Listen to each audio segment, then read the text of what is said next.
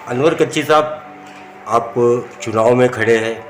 शिवसेना के बहुत ही आप दिग्गज लीडर रह चुके हैं। मुंब्रा शहर में शिवसेना एकनाथ शिंदे के पार्टी से आपने काफ़ी काम किया है। उसके बावजूद आप अपक्ष उम्मीदवार के तौर पे आपने फॉर्म भरा है, इसकी क्या वजह है?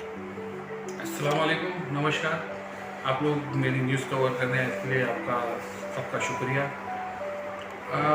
भाई, मैं आपको बताना चाहूँगा, शिवसेना मैंने 2009 से ज्वाइन किया। जब राजन किने साहब का इलेक्शन था तभी से मैंने ज्वाइन किया। तो राजन किने साहब बाद में पार्टी में से हट गए, उन्होंने कांग्रेस ज्वाइन किया, फिर राष्ट्रवादी ज्वाइन किया। मैं तभी से टिका रहा और फिर हमने माननीय मुख्यमंत्री एकनाथ शिंदे जो अभी के है, उस टाइम पे आमदार थे, तो उनसे कहा कि हम लोग मुंब्रा में काम करेंगे और फिर साहब ने हम पे भरोसा किया और हम काम करते आए। उसके बाद में मैंने सोचा था कि 2014 के अंदर जो इलेक्शन हुआ तो उसके अंदर कहीं ना कहीं मुझे चांस मिलेगा, मगर दशरथ पाटिल साहब को टिकट मिला। उसके बाद में फिर मैंने 2019 के अंदर मांग की, तो यहाँ तक कि मैं सेना भवन में जाके इंटरव्यू भी दिया था और इंटरव्यू के अंदर भी मैं सक्सेस हो गया था। उसके बाद में फिर दीपाली सैयद को टिकट दी गई। अभी मैं काफ़ी दिनों से चाह रहा था, साहब को बोला, जो मेरे वरिष्ठ है सबको बोला कि मुझे टिकट चाहिए, मगर कोई ध्यान नहीं दिया और इग्नोर करते गए। तो इसके लिए मेरे को ऐसा लगा कि नहीं, अभी काफ़ी टाइम हो गया, 15 साल अपने पार्टी को दिए, मगर पार्टी अपनी तरफ ध्यान नहीं दे रही। इसके लिए मैंने फिर अपक्ष फॉर्म भरा। एकनाथ शिंदे साहब के साथ में आपके ताल्लुकात बहुत अच्छे हैं, और तो इससे ताल्लुकात आपके ख़राब नहीं होंगे, या एकनाथ शिंदे के साथ में आपके ताल्लुकात वैसे ही रहेंगे? इंशाल्लाह कोशिश करेंगे ताल्लुकात वैसे ही हो जाएंगे इलेक्शन के बाद में। अभी तो ऐसा है कि जो ये मुंब्रा में पिछले 15 सालों से एक स्थानिक आमदार है जितेंद्र आवाड़ साहब, उन्होंने जो विनाश किया है आरक्षण का, और जैसे कि टॉरेंट नाम का राक्षस पिछले 5 साल में हमारे ऊपर थोप दिया है, जो हर गरीब से गरीब तबके का आदमी, और ये नहीं कि वोटर, इसमें जो वोटर नहीं है वो भी पिस रहा है।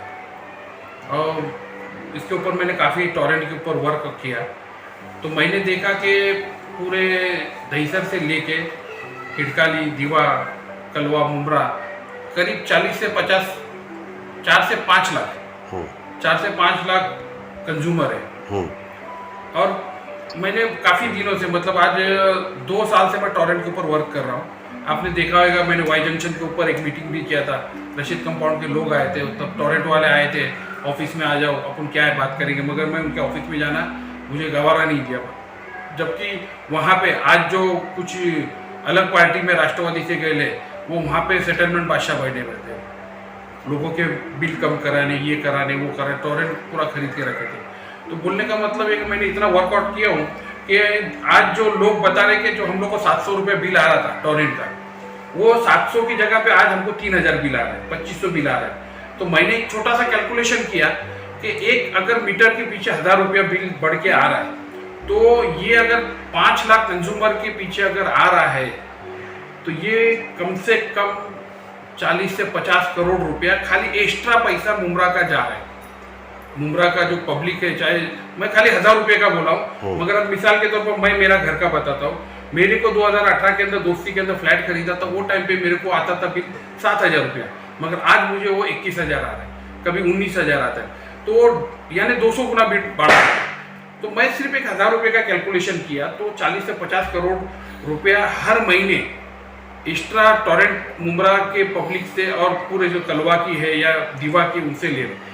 तो ये 40 करोड़ या 50 करोड़ रुपया ये पैसा जहाँ कहाँ है, ये कौन, इसका जो कोई बोलता है टक्केवारी या कोई बोलता है इनके अंदर पार्टनरशिप है, वो पता नहीं, मगर मुंब्रा की पब्लिक को तो निचोड़ा जा रहा है। तो मैं एक छोटा 1000 रुपये का कैलकुलेशन किया। तो ये पैसा जो है, ये पैसा जो नाजायज वसूल रही है, तो आपको ऐसा लगता है कि आमदार जितेंद्र आवाड़ को भी इसमें से पैसा मिल रहा है, जो उनके नेता है उनको भी पैसा मिल रहा है, तभी ये कुछ नहीं कर रहे? अभी देखो, स्टार्टिंग में तो बहुत तमाशा हुआ, मैं तमाशा ही बोलूँगा। शमीम खान ने बोला था मेरी लाश पे से टॉरेंट जाएगी।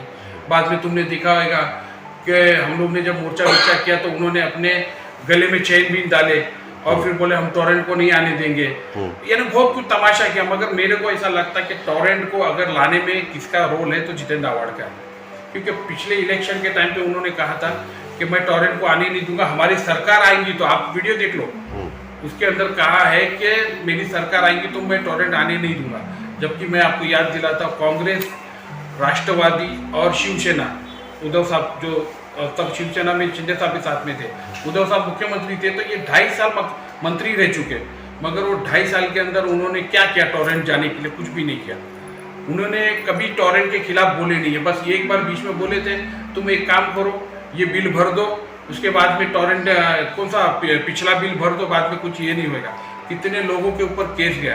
तो मेरे को ऐसा लगता कि हर महीने कहीं ना कहीं 20-30 करोड़ रुपया ये पार्टी फंड में जा रहा है। आप कह रहे थे जो है टोरेंट जब उनकी सरकार थी तो उनका ये कहना है कि जब हमारी सरकार थी तो वो टाइम पे जो है कोरोना का टाइम था, तो 2 साल जो है कोरोना में गया, इसके हमने कुछ जो है कर नहीं पाया, क्या कहेंगे?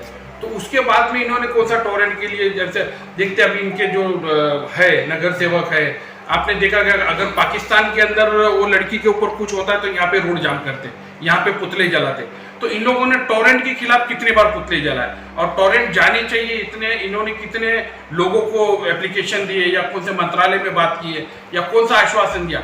आज भी उनकी परसों की देखो एक वीडियो है, कहाँ पे मोहल्ले के अंदर मीटिंग कर रहे थे, तो वही बताते कि विशालगढ़ में क्या हुआ, वो रेलवे के अंदर चाचा को क्या हुआ, और टोरेंट का तो क्या बिल आते जाते रहेगा। वो टोरेंट के ऊपर ये नहीं बोल रहे कि अभी भी नहीं बोल रहे कि मैं टोरेंट को हटाऊंगा। हालांकि अगर बोलेंगे भी तो भी लोग उनके ऊपर भरोसा नहीं करेंगे, क्योंकि टोरेंट को महीने का इनको करोड़ों रुपए आ रहा है। कोई बोलता है ना